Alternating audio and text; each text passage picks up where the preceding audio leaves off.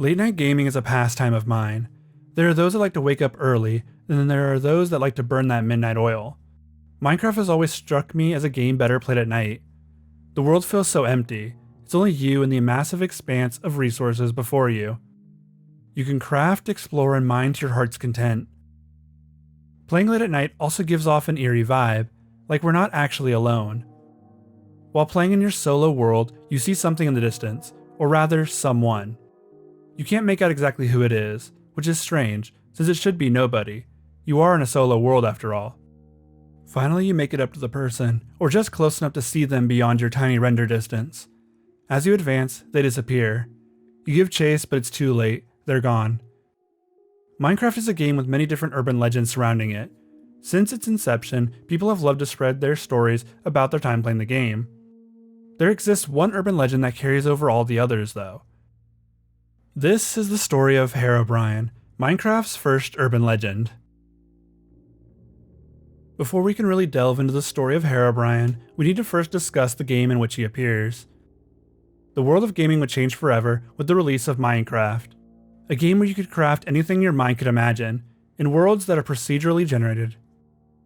The possibilities were just about endless, with the only limit to the hours of fun you could be having being your own imagination. Minecraft was set to be a very open game with no real ending. Players could spend countless hours exploring their procedurally generated worlds.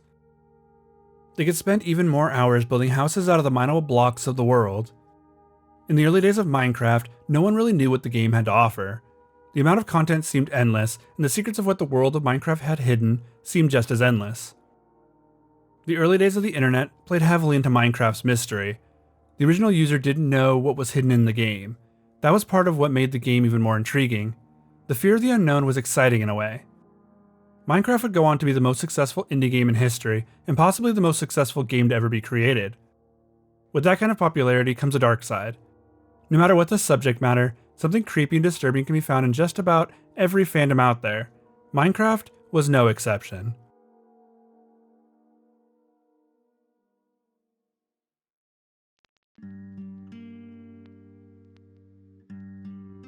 Our story comes from the depths of 4chan, like many other early creepypastas.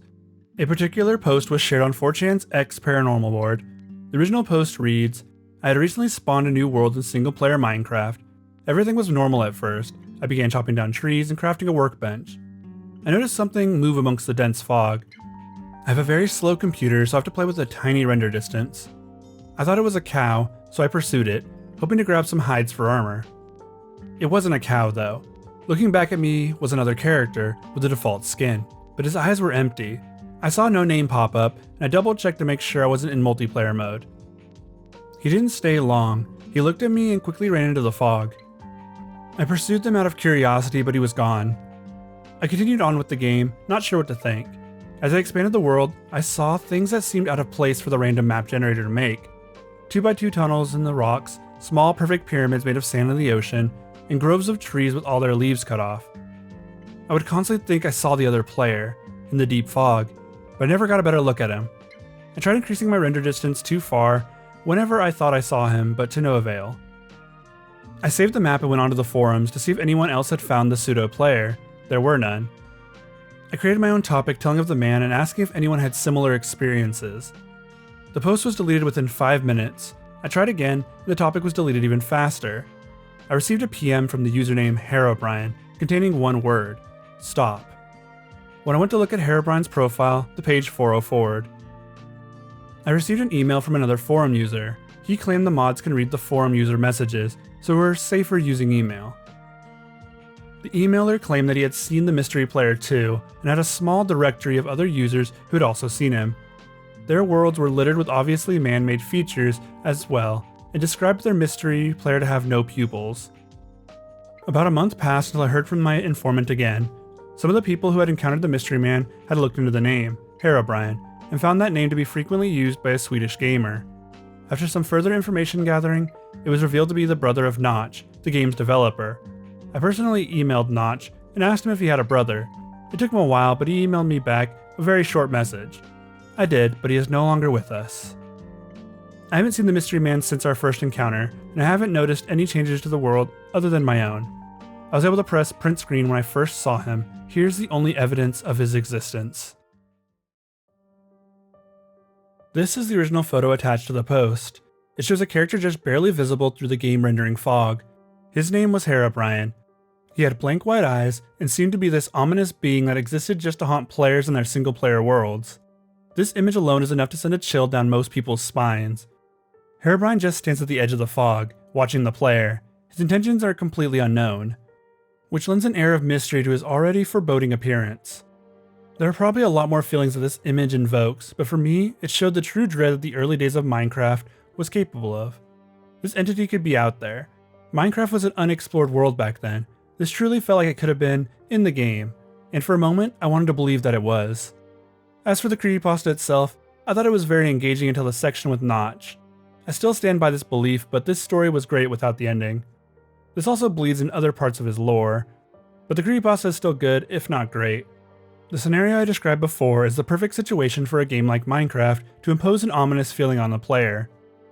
You are supposed to be alone in this empty world, but are you really? There could be anything hiding just around the corner.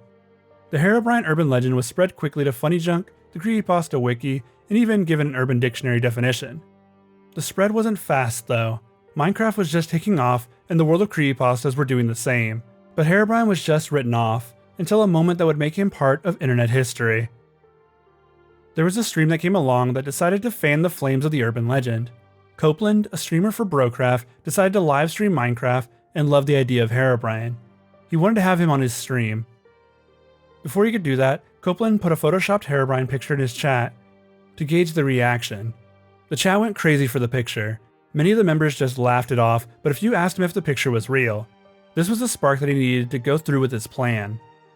Copeland knew he had to actually have a Herobrine sighting during his stream.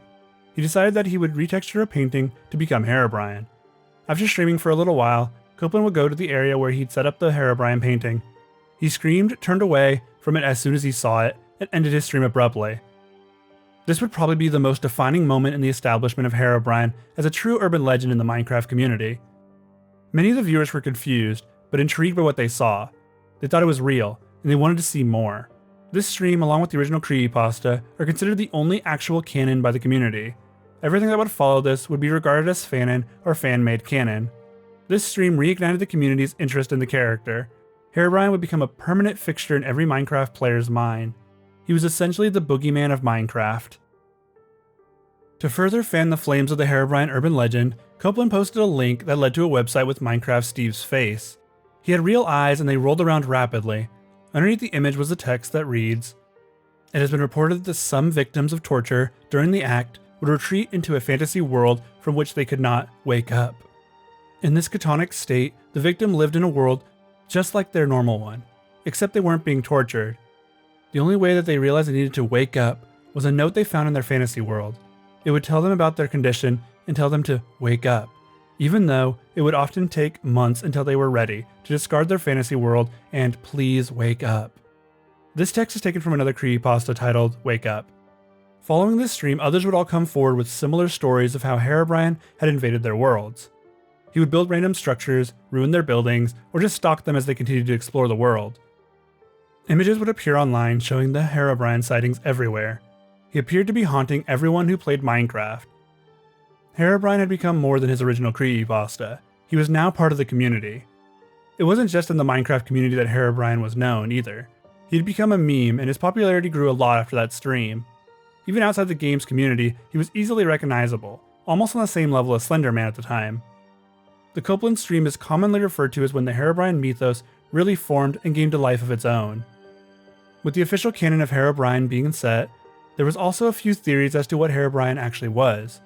The first and probably the most popular is that he is a ghost of a miner that came long before the player character entered the world. That he died in some tragic accident and is unable to pass on. So he spends his time mining and building in the world of the player, even stalking the player but never intending to harm them. This theory is backed up by the original creepypasta. Herobrine was known for building strange structures all over the author's world. He would even dig random mines all over the author's world. There's a theory that Herobrine is a demon that was specifically created to haunt Minecraft players. He exists only to terrify those who build in the same world as him. In this theory, he is an evil entity that wishes to bring harm to the player. Another theory is that Herobrine acts as a bad omen, similar to the Mothman. Herobrine is said to be a sign that something bad may be coming. There's little evidence for this theory, but it's still an interesting one, especially since Herobrine mainly just stalks the player, according to the original creepypasta, as if he was trying to warn them of something. The final theory is that Herobrine is a virus. He has been shown to be able to delete conversation threads, manipulate game worlds, and delete threads about him. The virus angle makes more sense, as these were all mentioned in the original creepypasta as well.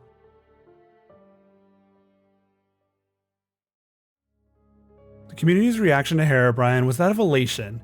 The community embraced Herobrine as their own spooky urban legend. They loved the story and the character, and he would appear in fan art, animations, and even fan-made music videos. Herobrine was everywhere in the community. Speaking of animations, if you type Herobrine animations into the YouTube search engine, you'll get millions of videos about the character. Some are as recent as this year.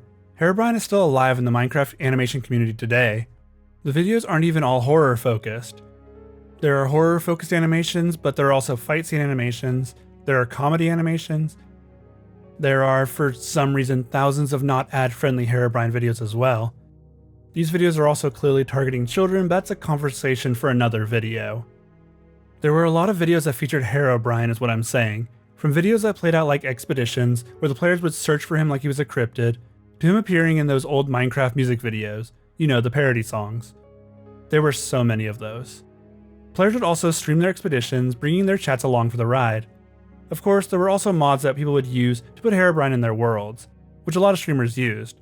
A lot of these mods are still around to this day, and are still very popular. All of this coverage led to Herobrine exploding in popularity in the community. He was basically a household name for anyone who played the game. This also drove the popularity of the original creepypasta, making it one of the most popular on the wiki. Not everyone believed the legend, but they all joined in on the fun. Herobrine was exactly what the community of Minecraft needed in the early days. He drove a new group of players to Minecraft, maybe those who needed a reason to start, and would go searching for him. Herobrine really was a true member of the community, even if he only existed in the players' imaginations. He had gotten bigger than the community ever expected. Even people who didn't play Minecraft knew who he was. Along with all those videos I mentioned above, Herobrine also inspired fan art, fan games, and even other creepypastas. The most notable of them would be Entity 303, which would probably need an entire video to cover. I also like to imagine that the original Herobrine story influenced the creators of Minecraft. They started to add a mysterious lore that intrigued the player base. They even had a line of text at the end of some of their patch notes that read, "Removed Herobrine," adding to the virus theory and the overall fun of the character. Even with everything we know now, there are still a few mysteries to solve, and one was solved in 2021. The original world seed where Herobrine was first sighted was discovered. Players can now explore the world where Herobrine was first found in the creepypasta, which just goes to show how popular a character he had become in his community. To honor the original creepypasta, I'll be exploring the original seed. My goal isn't to find Herobrine, but to capture the feeling of being in that moment. The moment where the character was first conceived. The nostalgia of being able to recreate this scene would be enough for me. I always found Herobrine to be an interesting character. His origin in a game that felt like he could legitimately exist always captivated me. The world of Minecraft was young. It was in a time before everyone knew everything there was to know about the game. When the game felt infinite in its content and secrets. This was similar to how a lot of people felt about the open world of GTA San Andreas. Herobrine was the Bigfoot of Minecraft, which might be why he was so popular in the community. Everyone wanted to find him, me included, all those years ago. The worlds of Minecraft felt so empty yet so full of life at the same time.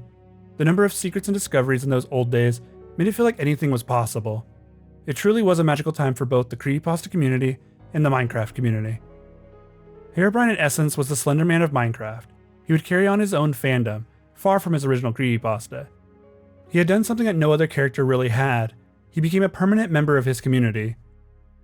Herobrine will always be integral to the story of Minecraft. The final mystery of Herobrine is who posted that original screenshot on 4chan. That's a mystery that might never be solved, though.